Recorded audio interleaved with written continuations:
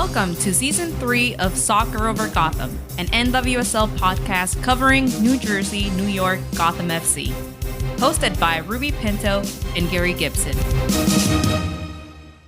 Welcome to Season 3 and Episode 65 of Soccer Over Gotham, the season opener. We have a great show for you guys, but first, Gary, tell us what we're going to talk about in this show. Hey, we got a lot to talk about. We have a game to break down. Kreiger announces her final season and is voted captain. We'll talk about that. Sinead Farrelly is on this roster. Finally, what an amazing story. Hashtag once Gotham. Nicole Baxter announced her retirement today. Gotham travels to the West Coast to face lesser Gotham, Angel City, and comes out winners in a crazy, chaotic game. Gotham FC has a new nickname. We kind of like it. We will preview Gotham's home opener against the OL Reign. This week's guest, Ashley Mouzzon, covers Gotham for the new local W. Can't wait to highlight this amazing group of content creators.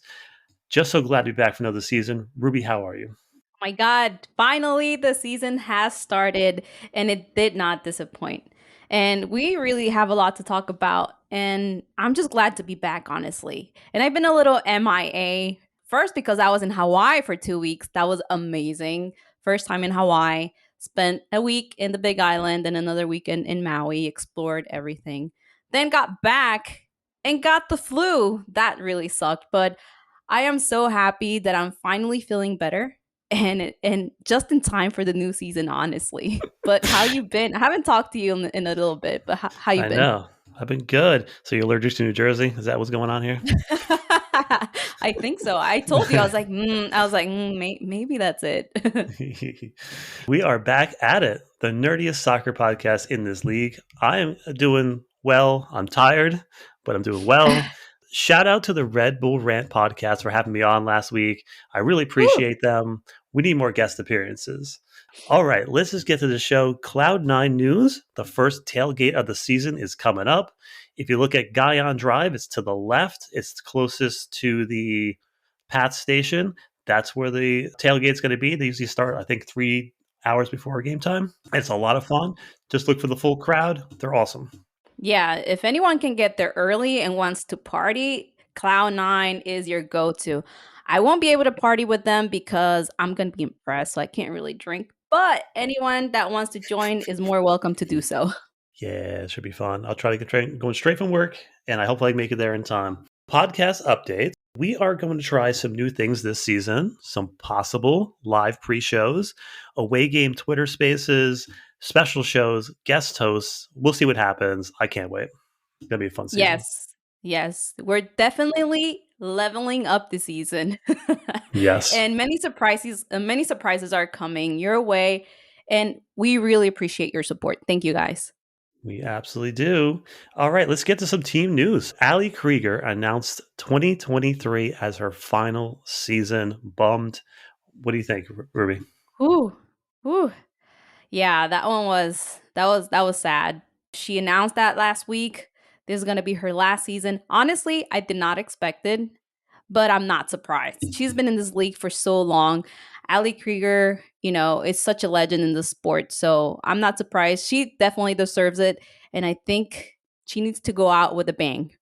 You said legend, icon, call her what you will. She's one of the players that understands soccer is bigger than a game, and she used her platform to lead the game better than how she found it. A consummate professional and a player that young players should be forced to watch, as she does everything almost always right. Her longevity is a testament to her spirit and her unwavering belief in herself and others. Players want to play with her. It's been a privilege to get to cover her her last tour on this pitch, and hopefully she gets to take a victory lap this year. Yes, and she mentioned that her goal for her last year is to win an NWSL championship with Gotham FC. That would be wonderful if it happened. Just to close her chapter of her life with a trophy and being a captain of Gotham, that's great. Yeah, I'm being named captain. It's a fitting role for her. She's always been a leader. She's a great teammate. And as I said before, players want to play with her. She's a leader on and off the pitch. This season is going to be a battle, and no one better to lead this team into this battle this season. This team feels special. Perhaps a team of destiny. Who knows? I would like to mention that the team actually voted for her to be the captain. So that speaks volumes. It does. It certainly does. Also, Sinead Farrelly officially signed for the club. Woo! You and I have been waiting for this news to come out since like preseason, since we like saw her name on the roster for preseason. So I think this is one of the biggest comebacks in the NWSL. And I take my hat off because it is very hard to face your fears and come back from everything that happened to her in the past, come and play soccer. It's not easy, That's not an easy decision to make. But it shows like how much passion she has for the game, and the passion that she has for this game is bigger than her fears. And I'm just so glad that she decided to do it here with Gotham FC. Yeah, it says a lot about this team. I'm just saying, Red Bull Arena is going to be deafening when she steps on the pitch. I better see everybody clapping and roaring when she digs those Yep. cleats into that grass. What a story for this league and this team. Sinead was really, really good before leaving the sport. And it turns out she's still got it. Going back to this Team of Destiny thing, again, what a special group of warriors we get to cover this season. Podcasting at its core is storytelling. And I just can't wait to tell her story this season with this team. Exactly. And this also speaks volumes to Gotham and the culture that we have here. The dedication that Gotham has to their players, that's amazing. Everyone looks genuinely happy being here. When you see the videos, when they talk about Gotham, they're so happy to be here. And this season is going to be a special season for so many reasons. And of course, one of those reasons is because Fairley is back in and playing soccer with Gotham. I'm just so happy. I'm just so excited, and I can't wait to see her play. Still doesn't feel quite real. I know when I saw her name originally on the roster sheet as a non-roster invitee, I had to take like a double, possible triple take. I'm like, is this real? Does this still like I don't know. But going back to storytelling, Sinead did not get to tell her story the way she wanted to at the first go around. I hope that she gets to write the story that she wants this time. Just the fact that she's back, as you said, is incredible. Let's get her a trophy. Hmm. Imagine Sinead Yeah. Fairley lifting a trophy here at Gotham. Woo. That'll be Goosebumps. amazing. On the non-positive side, Taryn Torres is out with a season-ending ACL tear. Boo. I was so excited to see her play because she did so well last season while Ali Long was out. So it breaks my heart for Taryn. She's such a talented player. She keeps growing as a player, and this season was going to be a big one for her, but it didn't happen that way. I'm sad. I just hope she gets well soon. Yeah, it was just an absolute bummer. This was a year where she was slated to take the next steps in her developmental path. She was a great guest. I just wish her the best and a speedy recovery. And as I always say, injuries stink, but they always make you a better player because you get to slow down, Hmm. you get to read the game, you get to watch other people play. And she gets to watch Ali Long play all season, and that's the position she's going to be taking. So she gets to watch one of the best Yeah. all season long. Amazing.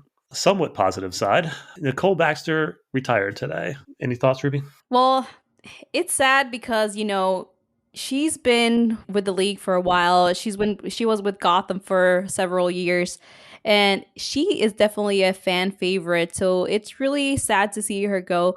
But like she said, she is leaving and on her own terms, which is awesome.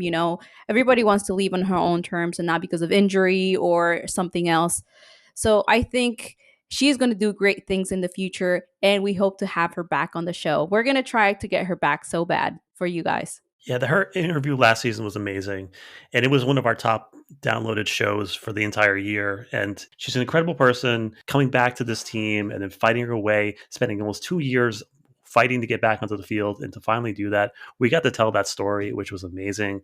And again, I wish we could have her back on. She's welcome back anytime as a co host, as a guest, whatever she wants. The podcast is hers. Also, Christy, Mewis, O'Hara, and Williams got called into the national team games, the final tune up for the World Cup. No Midge, no party. I know. I was surprised. No Midge.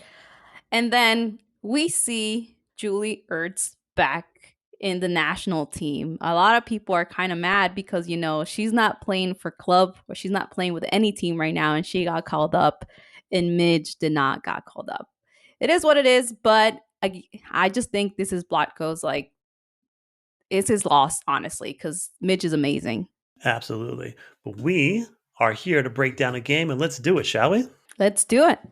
All right. So Gotham has faced Angel City twice. Is 1-0-1 all time.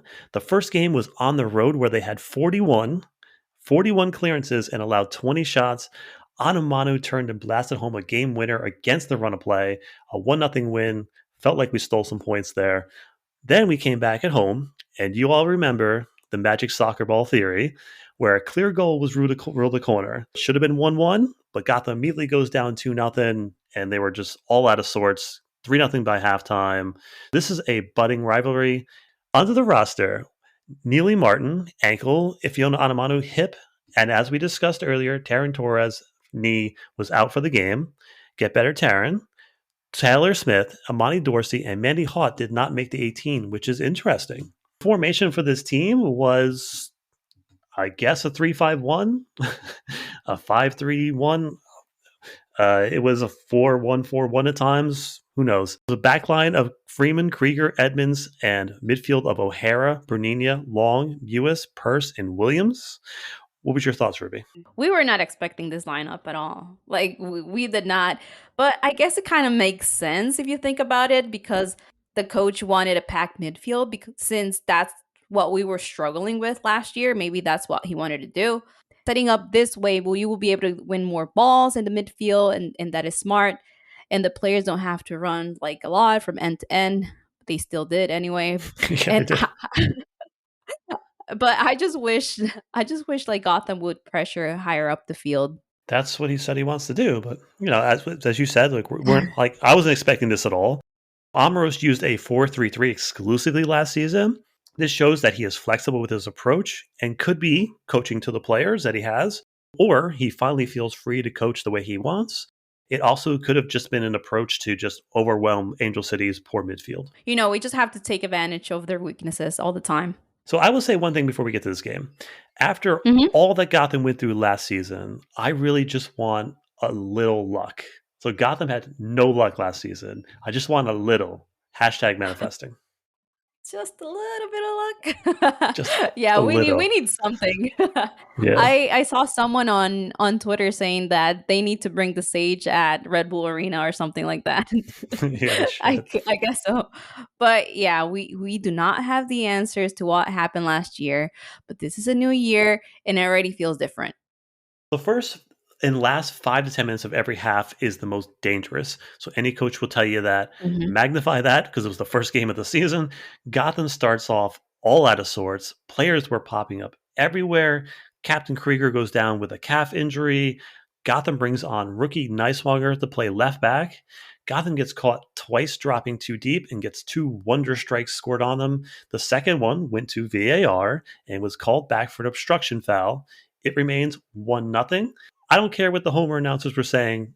Clearly not playing the ball and clearly obstructing O'Hara. Gotham needed the wake up call and started gaining their composure. Sees this one out to halftime. Ruby, your halftime thoughts. Yeah, clearly not their best 15 minutes for Gotham, The first half, those 15 minutes were terrible, but they were able to like compose themselves and take control of the game. I don't know if it was the nerves or being the first game of the season, the new coach, new players, who knows. It was very choppy, but they were able to get back in the game. That is amazing. You're right. It was a chaotic mess at the beginning. When Krieger went down, the team was just all out of sorts. But good on Edmonds for getting the team back in order. Yeah, when Krieger had to be taken out, I was so worried. I was like, "Oh man, this is it. No, come on, what's going on?" She's just such an important player for this team, especially because now she's the captain. She's just an incredible player. She can break plays, defend well. I'm just glad Gotham was back in the game and we're able to win. If you're an Angel City fan, like I get that you feel hard done by that call, but I feel it's the right call. Mhm. Clearly obstructs O'Hara getting to the ball, not playing the ball, directly impacts the goal. After last season where Gotham had nothing but bad luck, as we just talked about, I'll take just a little. And Angel City fans need to cool it with the worst call ever. Need I remind them of a goal that was called a corner kick? They need to go touch some BMO field patchy grass. VAR. VAR. Now that was the worst call ever. For real. A corner kick? What the hell? I don't know. Anyway, I just keep thinking about that image and Iffy just like what's going on? Yeah, worst call ever. And I can't get it out of my head. But I'm so glad we have VAR now. So welcome to the NWSL VAR. Yes. Good on Jenna Neiswanger, a position she's not too familiar with, but held her own. The game was not too fast for her. She's got great vision and good range. I think Gotham got a good one so far. You can see how good her instincts are when getting into the attack. I think she earned a look at another start. Yeah, and I've been texting you. I was like, I'm just excited to see Nicewanger play. Hmm. Hmm. And yeah, this is one of the players I'm so excited to see play. And I want to quote what her coach from FSU said about Jenna. Jenna's soccer brain is terrific. Her ability to deliver both final pass and accurate set pieces differentiate her as a player. Jenna showed her leadership skills this fall, helping to guide her team through a challenging transition. Managing her team while also succeeding in the field at a very high level is a statement to what she's all about. Needless to say, Jenna has a long career ahead of her. This is Coach Brian Penske. Yeah, such an awesome debut. Fantastic. There was definitely a speed imbalance with Thompson Hmm. and Endo versus O'Hara and Bernina. So Bernina struggled early, but she took better angles in the second half. Yeah, Thompson. She definitely brought the Jets like in her boots or something. I don't know. Another awesome debut last night or the day of the game was from Thompson. She looks like such a natural. She looks like she's been playing professionally for a long time. Thompson and Endo are just very fast and they're very dangerous players. And I'm just so glad that Bernino was able to adapt because keeping up with them was not easy. Not at all. Second half, Savava comes in for O'Hara and goes into the lone striker with Williams and Midge attacking the gaps. Poor pass leads to Savava free in the box where Didi obstructs her drive. VAR check, and it's called a penalty. VAR. It looks like nobody wants to take this kick. So Christie is just standing outside the box, just asking players, somebody please take this. And eventually Midge does take the penalty kick, blasts it upper 90 in the right side. Perfect penalty kick. Gotham is back in this game. And then Gotham takes over a little bit. LA is forced to open up, and Gotham continues to punish them for it. Williams 1v1 in open space is causing all kinds of trouble. There was a great turnover from Ryan. She finds Midge, who drives straight through the middle and then plays Williams through on the lone on the right. And then Williams hits it far post. Perfect goal. 2-1 Gotham. Gotham controls the rest of this game, and the veterans do what the veterans do: kill off this game in fashion. If you thought the first half was a roller coaster, the second half was more of that. It was more of chaos, but in a good way because they were able to win this game. And that's just NWSL After Dark is all about, And the goal from Williams was just beautiful. It was amazing. And there was no way Didi was going to stop that ball from going into the net. And the best part after that goal was that bat celebration from Williams. And we are the bats now. Yeah. So the team looked way better in the second half, but again, like you said, the first 10-15 minutes and the last 10-15 minutes are chaos. Well, the last 10-15 minutes of this game was chaos as well. LA was coming at Gotham from everywhere and they wanted to equalize the score. But thank God we have Abby Smith. Abby Smith had some great saves and just kept us in the lead. Yeah, this is what we talked about in the preseason. I said if Gotham scores first, it's going to be hard to claw back against this team. So change that to if Gotham has a lead. If other teams are going to press forward, Lynn Williams is just going to feast. Midge, Pickett, Ryan are all great dribblers, and they can make life miserable for opposing teams trying to come forward. Yeah, Yeah. definitely. We just have such a great team and sometimes I can't believe like how many great players we have and how many options or combinations of players that we can have on the field. It's incredible. Yeah, absolutely. And just think about the players that are didn't make the roster for this game. And you're like, wow, this is Mm, a really stacked yeah. team. You see why Kreiger wanted Edmonds here. A fantastic job organizing, made a great 3v1 defensive action in the first half. She won all of her ground duels, 8 clearances, 5 recoveries. Well done, Kristen. Woo! And great job from the captain for wanting her here. Excellent job.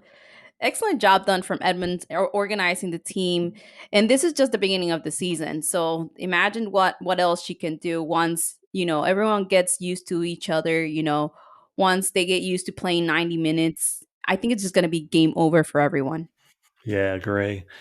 Similar to what we talked about earlier about Savava getting through on target. So Savava is a big target. I actually liked her just occupying the center backs and leaving Midge and Williams just to get to the edges. So it's interesting how this team lines up when Anamanu is back from injury. Man, this team is stacked. Yes, sir. That's right. This team is stacked, and I agree with you. Svava definitely is a big target, and that's why Diddy was forced to foul her, and it caused that PK.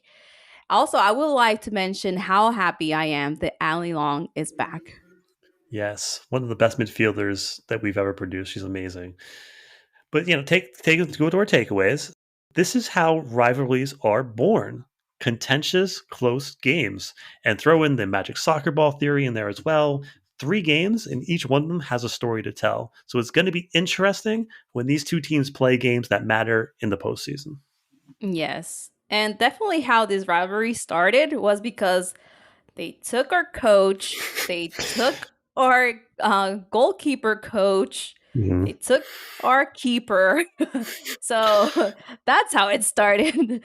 Anyway, next time Gotham goes against Angel City, it's going to be July 2nd at Red Bull Arena. It's going to be a great rematch. Gotham or the Bats, as Lynn Williams likes to call the team now, will have to defend our home. And I would love to see that Red Bull Arena packed and show Angel City what we're all about and how we support the team. No doubt. It was really hard to get a read on what this team's ultimate look is going to be. Players were everywhere and they had a ton of freedom. 1 minute, Mewis is in left back and then in the 10. Long was a third center back at times. Williams and Midge were just all over the pitch, switching sides and then tracking all the way back. It's going to take a game or two to figure this out. I can't wait to see this at Red Bull Arena in person. It's much harder to read on TV. Yeah, I thought I was the only one trying to figure it out. Yes. First win for this team since July 8th of last year. Whew. I love when you come with your stats, but I don't know about this one, Gary. I don't know. I kind of want to forget about last season. Yes. So it seems the Krieger injury was just precaution. We haven't heard anything yet, but she was walking around pretty normally. So hopefully just the calf strain. Going to be a Hmm. long season. We definitely need the captain. Yes, and it's better to be safe than sorry. So hope our captain gets better soon. Let's go to some post game quotes that we thought were interesting. Jenna Neiswanger, and I confirmed that this was not a typo, but said in the preseason that they have been trying her on as a center back. I was a bit concerned going into the season with only 3 center backs, but this raises my eyebrow a bit. Something to watch for. This makes me very nervous. Gary, don't be nervous. Just trust the process, okay? Yes. And then Lynn says she came down from a header and landed awkwardly on her arm, but not to worry. She's going to get x rays and says, I don't need my arm to play soccer. What a warrior. She's a champ. I just love it. Like, of course, she said she only needs her legs, not her arm. Let's go bats. Yeah. So Ruby, you got any stats of the game? Yes, and since I am celebrating that Ali Long has returned, my stat of the week is Ali Long, of course, with 84% accurate passes. Out of the players that play 90 minutes, she was the one with the highest percentage. Woo! That is par for the course for her. But however, she was at 92% of the last season she was with Gotham, so it's a bit low for her. Let's go, Allie. Keep it up. All right. My stat is Lynn Williams is now 19 goals away from the all-time NWSL scorer Sam Kerr. I don't know. Can she make this happen by the end of the season? I don't know. It's going to be hard, but not impossible. Yeah, just a side note. I was in my YouTube and I saw the attacking third, and they had a Yeah. like graphic, and it showed Lynn Williams in the graphic, but underneath it said the Golden Boot race has started between Alex Morgan and Mallory Pugh, and I was Hmm. like, all right, that's a Yeah. challenge accepted, Lynn Williams. They're just writing you off already. Come on, let's go. Yeah, there you go. Challenge accepted.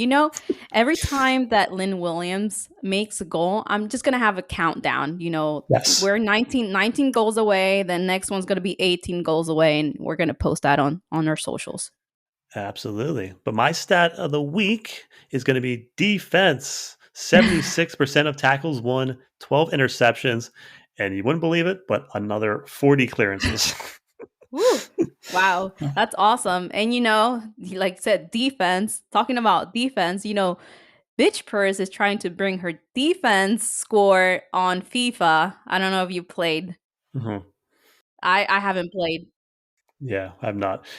The thought of me playing a video game with everything that I do just makes me I angry.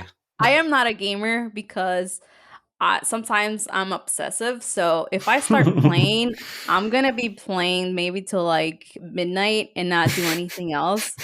So I rather not get myself into that. But yeah, if Yeah. if I ever get a chance to play like randomly, I would. But yeah, I don't bring games to my house. I'm scared. But I mean, but besides that, it's really awesome that now we have the NWSL in a video game. It gives more exposure to the NWSL, to women's soccer, and it's only going up from here. Yeah, I agree. All right, let's get to our player of the week. On Twitter, at OverGothamPod, fans chose Williams, 61% of the vote, who also won NWSL Player of the Week. Congrats to her. Do you agree, Ruby? Yes, no, yes. They were like Midge and Williams were incredible that game. But I am gonna give my player of the week to Midge Purse. And the reason why is because it is always nerve-wracking to take a PK. And she was the one brave enough to come and do it. Like you mentioned earlier, Muse was asking anyone if anyone wanted to take it. So she she was brave and came up and buried that on the back of the net. So yeah, Midge Purse. What about you? I really wanted to give this to Midge for her goal and an assist. But Williams, with a wrapped up arm, was relentless. Got the game winner.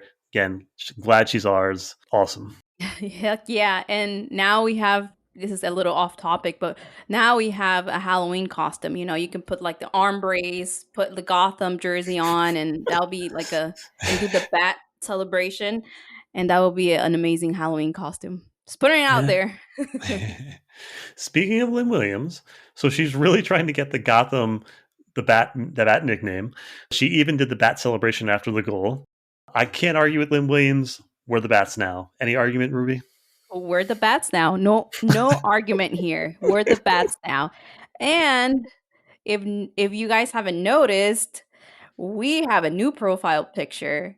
And yep, there's bats on our profile picture now. So go check it out.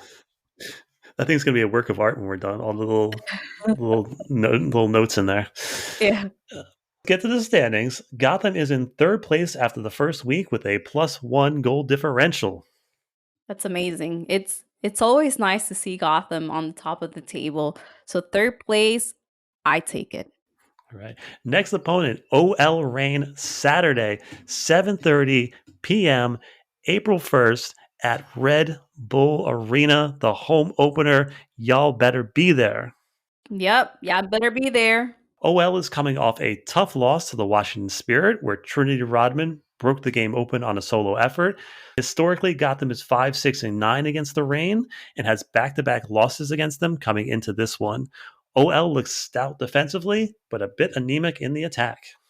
Yeah, not their best game, but Oil Rain is a strong team as we know, and I like that we're having these tests for Gotham early on into the season because that way we will know where they stand and what they need to work on. So Amoros has faced Ola reigned 2 times before when he coached for Houston Dash. Their first game, the Dash won 2-1.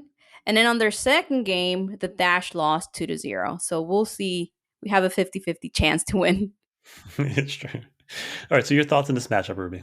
In this game, I think there's no room for 10 to 15 minutes of chaos in the beginning or at the end. We have to be sharp. They need to come out, and everyone has to be on the same page. I want to see Gotham pressure the ball higher up the pitch. Hopefully, it happens this weekend. What about you? If Gotham plays the way they can play, this is going to be a fun game. But side note, Gotham has not kept a clean sheet in 18 games. Let's get Oof. one. Yes. Yeah, what are we manifesting this week? So, what I'm manifesting is more goals from Williams and more bad celebrations. That's a good one. What about you? Yeah, it is. I'm manifesting a loud crowd at Red Bull Arena to start the season off Yeah. right, and a clean sheet. All right. So random thoughts this week. I thought I'd change it up a little bit. I know you did a really fun video on Instagram about 3 things that people should know about when they go to Red Bull Arena. But let's talk about some of the things that we really love about Red Bull Arena. What are your thoughts? I really love the atmosphere at Red Bull Arena. Everyone's so friendly. Also, I love to go see the merch stand. They always have cool stuff. And I also like end up spending money there. Dangerous, but you have to go there. And of course, empanadas at Red Bull Arena. That's the best. I know you and I love the empanadas. What Yes, about we you? do. Yeah, you will usually find us there at halftime getting one of those empanadas. They're amazing. Breeze's is incredible. They're one of my favorite things. I know this is just a little thing, but it's as a former player, I love this. Like I love the pitch at Red Bull Arena. It's the grass is beautiful. It's always perfect.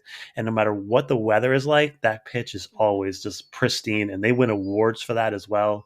And if anybody knows, Red Bull Arena is an incredible place to go to. The atmosphere, as you said, is amazing. Cloud Night always brings it. And the stadium is designed to keep the sound in, and it amplifies with whoever is there. If it's 4,000, it feels like 10,000, and it's just amazing. I just absolutely love that. And speaking of the atmosphere, there's going to be something interesting going on this week for the game. They're doing some kind of torch lighting ceremony, which Eli Manning and Toilet Lloyd is going to take a part of. That could be interesting. I still don't know exactly what it is. I don't know if fans can be a part of it. I don't know if we can be a part of it. So Gotham, if you're listening, what are we waiting for? Let's do this. I want to light Yeah. a torch. Yeah, we can help you light up the torch. Come on. Yeah. All right. Let's get to our guest, shall we? Let's do it. Let's go. Hi, fans. Before we get to the next segment, I just want to thank everybody for helping this podcast grow. It's been amazing. We absolutely appreciate you. You can also help us grow the show by repping our merchandise. Please visit tpublic.com, search Soccer Over Gotham Podcast, all 4 words. All the proceeds go back into the podcast for upgrades. Also, 10% goes towards the Black Women's Player Collective, our favorite cause. And now, back to the show.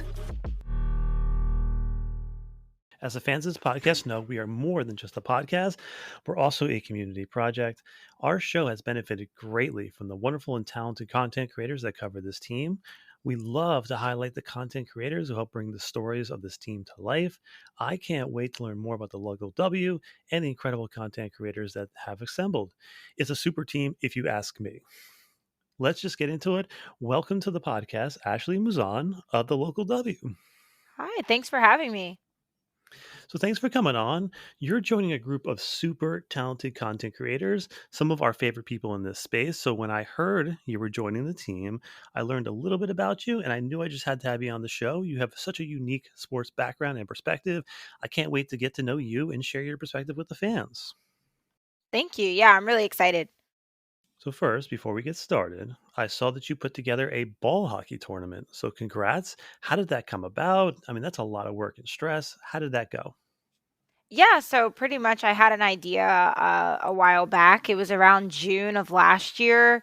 I think it was like a little bit before June. I had actually reached out to another organization. They put on women's tournaments all the time. So I was like, oh, have you guys ever thought of like coming down south? Because that's where I live. I'm in South Carolina and all the tournaments are up north. And I was sick of having to travel so far for tournaments and being able to play since there's really not anywhere to play down here. So they pretty much were like, yeah, we kind of do our own thing. You're more than welcome to just take it on your own and see what happens. And I was like, okay, cool, like no problem. So once I figured out how to get the rink secured, I had to actually go through an application process and pitch the idea to the Parks and Recs. I had to go to their board meeting and actually zoom in and pitch the pitched the tournament idea to them, and they were kind of confused because they didn't know what ball hockey was at all. They were like, sure, go for it. And I was like, all right, awesome. So once I had the rink in place, I started putting together what I wanted it to be called, what I wanted for the weekend. I didn't just want it to be a weekend solely just about, hey, you're going to show up to Nashville and just play. I wanted it to be, hey, come to Nashville, get to go somewhere different. A lot of people that came to the tournament had never been to Nashville before at all. So I thought that was really awesome that I was able to provide a reason for them to go. So I put together once I put everything together and put it out there to the world, I was like, okay, like let's see who signs up. And, I tried to make it relatively affordable because I know Nashville is just a really expensive city. So pretty much just put it out there and just waited to see what happened. I had 4 teams sign up for a B division, and I was like, okay, I'll take it. Like let's roll with it and let's go. And the weekend started officially on Friday. We had a social event that was planned actually. So they showed up around 6:30 to 9 at this place called Pins Mechanical, which is a really awesome like bar arcade place. So that was a lot of fun. I had a lot of people show up to that. There was probably like 35 people that had showed up to that alone. And then they were all just doing their own thing, having a good time. There was bowling, video games, drinking. Like it was just a lot of fun. And then Saturday morning was when all the games started. We had the games kind of go back to back just so that I could give everybody the rest of their day to go have fun in Nashville. And they did exactly that. I saw so many pictures of people on Broadway going to like honky tonk bars, all that good stuff. So it was a lot of fun. Definitely stressful just considering that I planned majority of it by myself. So a lot of the payments, all of the registration, answering questions, constantly trying to advertise it. Like there were definitely people that helped, but the main tasks were all on me. So up until literally Saturday morning, I was like scrambling to make sure everything was put together right. So yeah, it was fun, and I definitely am ready to do it again. Wow, so you had to go get refs and everything. Yeah, the refs were the hardest part. So I know that referees, like they down in that area, you would think Nashville, like, oh yeah, Nashville, it's a lot of referees. Yeah, no, there's really not that many people to pull from, because a lot of what was going on was that a lot of hockey teams were actually having their like youth tournaments and championships around the same time that I had my tournament. So a lot of referees were already back-to-back games scheduled, and they were scheduled 20, 30, 45 minutes away from where our games were. So it was really hard. It became like a full-time thing right up until I officially did the games on Saturday, trying to find refs. I even had a ref back out Saturday morning, like last minute. He was like, yeah, I'm not coming. And I was like, oh, great. Like, thank you. What lessons did you learn from this one that you're going to take into the next one? Definitely just trying to get referees involved earlier. I definitely I gave myself enough time. I tried getting referees 6 weeks in advance, and I thought that was enough time. And it was to an extent, because some people did say like, yes, I will be there. And then obviously crap happens. So it is what it is. But having them get there, like just getting a team together, if I could, of 4 refs that would just be dedicated to doing the entire weekend, that would definitely be a lot more helpful. And then also just trying to schedule it around a Predators game would be pretty awesome. So if I could offer that as the social event instead of just going to a place, I think that would be really cool to have a whole group of people go to the Predators game and have that added on as an activity, I think that would be pretty awesome because the Bridgestone Arena is a really nice place to be. So I definitely would like to incorporate that. And hopefully the weather's a little bit nicer to us next year. It did rain as soon as we got there Saturday morning. The rinks are covered, so it's not like it really affected it too bad, but it was freezing. It was very, very cold. I think it was about 40 degrees. There was no sun. It was windy and it was pouring rain. So like the grass around the rink was very muddy. And yeah, that's the only thing that I was like, man, I wish the weather was a little bit warmer because that Thursday it was 85 degrees outside. And then the weather just shifted like horribly. And I was like, oh my goodness. So that was the only thing but I mean, obviously I can't control the weather. So, it is what it is on that front. But yeah. But it sounds like it was a success and something you plan on doing again in the future. And it looks like you're going to expand it. Is something that you're interested in doing and covering others, doing other sports, or working with this and going with this.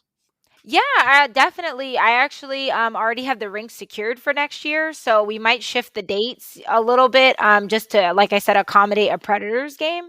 So that's the only thing it may shift for that, but I definitely plan on doing it again. Hopefully now that people have seen like what it looks like, they'll be like, "Okay, yeah, I definitely want to go now." So hopefully, next year we'll have 10, 12 teams come out there and give it a go and have a lot of fun. And then I'm also trying to work with another organization now to plan a 3-on-3 women's tournament. So trying to get that going. That'll be hopefully this fall if I can get that happening. So yeah, for sure.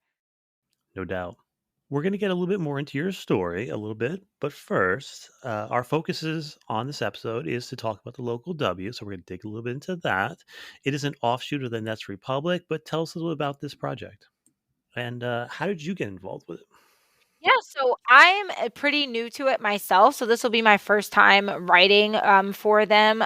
Pretty much, I just saw that there was an opening a while ago for a writer for that to cover the New York, New Jersey Gotham FC. So I was like, definitely trying to expand my writing, talent a little bit more. I have written about soccer in the past, but not that much, and not just focusing on one team. So I'm trying to expand my writing background in that sense. And I was like, oh, okay, like I think I could write soccer. Like this shouldn't be too much of a learning curve. So I just kind of just applied for it and then I got the position and just gonna be covering Gotham FC for the whole season this year. Hopefully gonna get to go to some games and cover it live, which I've never done before, which would be a lot of fun. And pretty much it's just focusing on Gotham FC, New York Liberty, and then the Brooklyn Nets. So it's a great team of writers that we have that are really passionate about focusing on those teams specifically. Tell us a little about some of the writers that because there's a lot of them and some of them are very familiar to our audience. So who are some of the content creators for the local W? Jenna Tonelli is definitely the one that I think I've met her before. Yeah. yes, she is the one that got me really excited about joining. So that is who I reached out to first and was like, "Hey, is this still open? Because I would love to join and be a part of it." She's awesome. And when you sent your application in, I assume there were candy corn related questions on this form. Not that I can remember. I remember it kind of being very, like, just very nonchalant, as like a lot of places are. Some people, for anyone out there that has not like written any for smaller places, it's pretty much kind of just like throwing it out, like, "Hey, we need somebody," and then you just kind of do like a video interview from there. So it's not like necessarily like a formal application. Yeah, I could not do the show without her, and she's amazing. We talk all the time, and I love her. And you also get to work with Nubia as well as joining the team. Yeah. An amazing person we got to work with last year when we had a bit of a rough patch of the show was Noella, and she stepped in as a great co-host. She's an amazing perspective, and I look forward to working with her again this year. She's just amazing. Yes, and then we also have some people that have just been writing for them for a while. Like Kevin Lewis is on the team as well. He does a lot of just sports coverage in general. He just did a big piece on AU Pro Sports, which I love AU Pro Sports so much and all they've been able to accomplish in the last couple of years. So he's definitely a great addition as well. What sports are you specifically covering? And I know you play and follow a bunch of sports. Yeah, so I'm just covering Gotham FC for right now. So I won't be covering like the Liberty or anything like that, even though I have covered them in the past for a different publication, but I'll be specifically focused on soccer. So, what kind of content are we going to see from you this season? Yeah. So for this season, specifically, I will just be focused more on the recap. So if there are some stories that I do see, I definitely will try to branch out and try to, dig deeper into those. But for right now, my sole goal is just to cover recaps, only because, as I mentioned earlier, I'm not well versed on soccer as much as I would like to be. And that is the reason why I took this position, is because I really just want to branch out and not be so pigeonholed into one sport over another. All right, let's talk about you a little bit. Let's talk about your sports origin story, 'cause it seems to be very interesting. So, did you grow up in a sports family, and what sports did you play growing up? Those type of things. Yeah, so my family, so my mom is not the athletic one, it's more my dad. He ran track in high school and college, so I remember him talking about that, and just, he played a little bit of basketball, but he was really more of a runner. And then I had some family members play football and things like that. And my brother, so he played sports, he played football and he did basketball. He's a big basketball fan. He wasn't a runner, that wasn't his thing, even though he tried it. He was terrible. And it was like, just going to focus on basketball. And me being the typical little kid sister, I'm just like, I need to follow whatever you're doing. So if he was outside playing basketball, I would be outside playing basketball. And then I eventually started to branch out and doing my own thing. So my parents would kind of like throw me in random sports. Like I tried soccer when I was little, did not like soccer at all. I don't know what it was. I just didn't like playing it. I like watching, but I did not like playing it. And then I was like, okay, this isn't that fun. And then I found hockey when I was in second grade. So I actually started playing street hockey and I just loved it. Like what people talk about when they say, like, I just instantly fell in love with the sport, that's what hockey did for me. Like, I was like, yo, this is it. Like, this is amazing. I don't know why no one, like, not a lot of people play this sport, but this is awesome. My family is not hockey oriented at all. So they don't watch hockey. They don't, like, not that they don't support it, but it's just not their thing. So I was kind of the lone wolf in my family that only played hockey, and people would be like, "Why do you play hockey?" And I was like, "Cause it's fun." What do you mean? Why do I play hockey? It's awesome. So yeah, I played hockey for a couple of seasons, and then eventually I did basketball for a little bit. Then in high school, I was all about track and field. So all about running. I did track for about 3 years, and then that kind of helped me really get prepared for when I wanted to join the army. Obviously, like back when I joined, it was the basic PT test. They've definitely changed it since then, but typical 2 mile push-ups and sit-ups that you would have to do. So having a track background definitely helped me in basic training and things like that. So having that background was like, then I'd have a lot of people asking me, like, how do you get your 2 mile down? Like, how do you run so fast? I'd be like, I don't know. I just run. I don't know what to say. So yeah, it's just, I didn't get a really good run with hockey until like later on. After I had my son is when I rejoined and started playing ice hockey. My family, on my cousins and my family played professional level hockey, and they were incredible. So I played street Nice. hockey a lot, and I tried to keep up with them. And I'm a very good skater, but it just didn't work out for me because they were just so much better than me. So I would always end up being like going into net and ending up with like bruises all over my body from just balls hitting me Oh, that's everywhere. the worst. But yeah, that's how it was. That's the worst. So how did you get into writing, and how is that working for you? Yeah, so I actually started writing in high school. So I joined my school's paper and I covered world events and just doing various stories. So just covering little things like that. And then when I got into college, I went in to do an English degree, and I was like, okay, like I'm gonna be a writer. But at first, I thought more on like publishing, like editorial assistant, something like that. I was not intending to be a sports writer. Like that never was in the cards. I never had even considered it before until after I got out of the army, and I was looking for a lot of freelance positions. I was like, okay, I gotta be able to write somewhere just to get started. So I would look everywhere, from like little magazines online. I tried looking at internships like for Elle magazine, things like that. Couldn't get in the door anywhere because we lived in Alaska at the time, so that wasn't really helpful to live all the way out there. Definitely is not the place to start your writing career, but I did find some little places that allowed for guest blogs and things like that.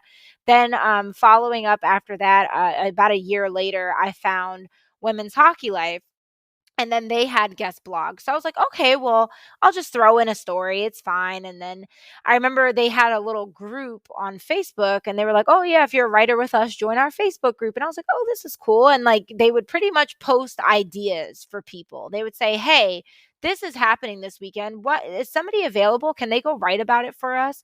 And then I would be like, oh, well, if no one's answering, like I'll do it. And they wanted somebody to cover the PWHPA. That was when they first started their Dream Gap tour. And I had no idea, honestly, what the PWHPA was at first until I started researching it. And I was like, oh my God, like, okay, like I'll cover this. Never written about a sports game before ever, but I will try my best and go from there. So I just started writing from there. And then when it came to when I had moved back to New Jersey at this time, that was when they were coming to Philadelphia for their Dream Gap tour stop. And they reached out again. They were like, hey, can anyone cover this one? And I was like, me, like, I'll do it. I'll do it. And they were like, okay, like, got it. So they got me a media pass. And this was the first time that I had ever been to an event in person and actually getting into the press conferences and things like that. So I felt like super cool. I was like, this is amazing. I don't know what I'm doing, but we're going to figure it out. And I had a lot of fun. And then from there, it just took off. Like I was like, maybe this is it. Then I'm going to write about sports. So that's kind of where that started about 2019, 2020, right before the pandemic. So you said you're currently living in South Carolina?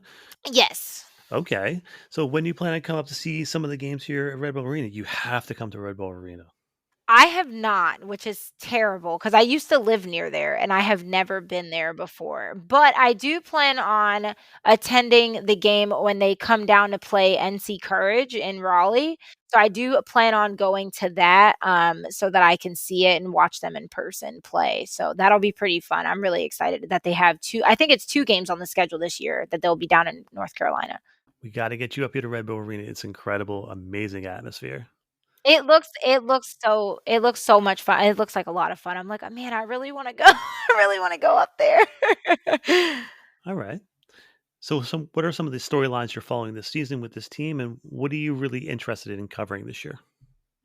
I have not, and it's sad, but I have not thought about that yet, only because my mind was so consumed with getting that tournament out of the way. It took so much energy and effort, and then right after I was done, I got hit with COVID, so that was a lot of fun.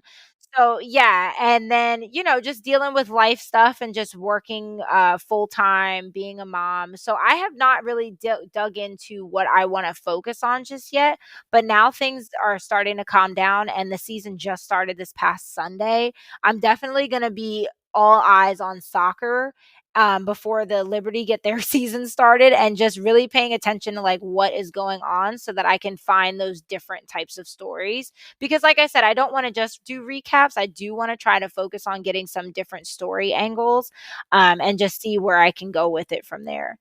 Tell you what, you're lucky though, because you're coming into a team with a ton of storylines going on. The Yes. return of Ali Long, the return of the Ali Kriegers last season. No, I was actually not surprised by that, to be honest. I was like, okay, that kind of makes sense that she is deciding to leave after this season. It definitely makes sense just from their lifestyle and what they have going on, their parents now and things like that. I definitely can see her shifting her focus to something else. And what were your thoughts on the last game? Did you end up watching the game and the chaos that ensued? It's so funny because on Sunday, I swear that there is a conspiracy amongst people that make broadcasting schedules, and they're like, "Oh, you know what? We're gonna put on March Madness at 9 o'clock. We're gonna put on Gotham FC's opening match at 9 o'clock. We're gonna put on the PHF Isabel Cup at 9 o'clock." So I honestly was flipping between all 3 games at one time, and I was like, "Oh my god!" I did catch the goal that Midge Purse had, which was awesome. So I did catch that, but like other than that, I didn't really get to watch too much of it because I just kept flipping between like that's like the story of being a sports fan when everything is on at one time. I was like, why would they do this? It was crazy. I was just like, yeah, my house was completely dominated on Sunday night with all women's sports on the TV. I was like, I gotta watch everything all at one time. Absolutely. So let's get some real quick rapid fire questions before we go. So what are you nerdy about outside of sports? Oh, that's a good question. I would say reading. I've been a big reader for the last like 14 years. So every year I try to set some type of reading goal for myself. What are you currently reading? I am reading a book. It just came out. It's called Mame. It's actually really, really good. If you're in a bad place, though, I would not read it because it definitely does. It has some grief mentioning in there and things like that. So, trigger warning for that. But it is a very, very good, like, coming of age story. I miss reading. I was reading on average 3 books a month. I had one in my car, one on my phone, one before bed, and I missed that so much. And since I started college, I just have not been able to read any books. So I think that's the first thing I'm going to do when I get out of college is just start reading like crazy. Can't wait. Yes, do it. It's so fun. I know you said you watched a bunch of sports, but what sports figures did you idolize growing up?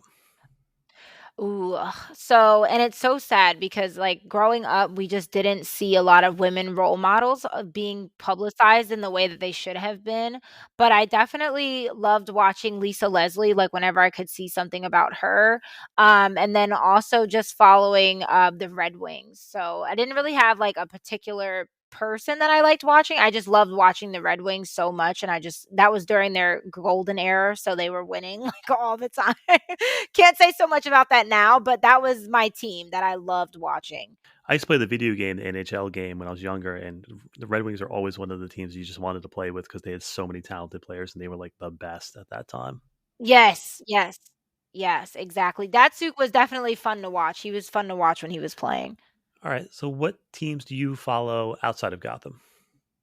So I follow for the PHF. I am a big Toronto Six fan and a big Riveters fan. So I follow both of those teams. And then outside of hockey for WNBA, it would definitely be the Liberty, just because I'm from New Jersey and that's like the closest team that I selected. So definitely love watching them. And then obviously the Red Wings when I catch their games. And I do like watching the Flyers a little bit, just because again I've been to a couple of their games, so I do like watching them as well. So, you're from New Jersey. Where'd you grow up? I grew up in South Jersey, so, Voorhees area, so it's about, like, 15 minutes from Philly.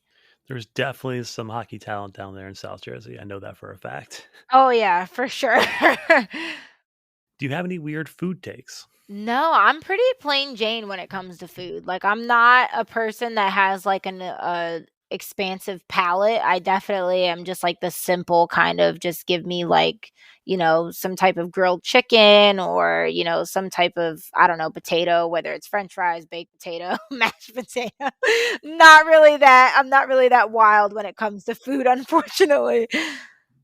All right. So I look forward to meeting you in person and getting you down to Red Bull Arena. One of these days, you're gonna have to do it. I Yes. can't wait to take this journey through the season with you, cover the stories of these players, and I can't wait to see you grow as a writer and as a content producer. And we'll look forward to working with you. Thanks so much, Gary, for having me. I appreciate it. The Local W is a great resource from the Next Republic. I love everybody who works at that organization, and it's great. And they're going to cover this team all season, and we're going to tell some stories. And I can't wait to hopefully do some cross promotion with them this season. It's going to be a lot of fun. But all right, fans, we will see you Saturday night at Red Bull Arena. See you then.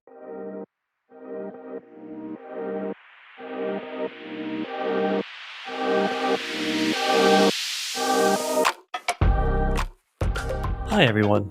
This is Gary. Thank you for listening and supporting our project. Here are other ways you can support the show and connect with us. First, word of mouth is everything. So please share our show with anyone who might listen. Also, please rate us 5 stars on Spotify and review us on iTunes. You can purchase our merchandise at the TeePublic store. Join in the conversation on Twitter at OverGothamPod and Instagram at SoccerOverGotham. Lastly, you can email your thoughts and questions at soccerovergotham@gmail.com. Once again, thank you.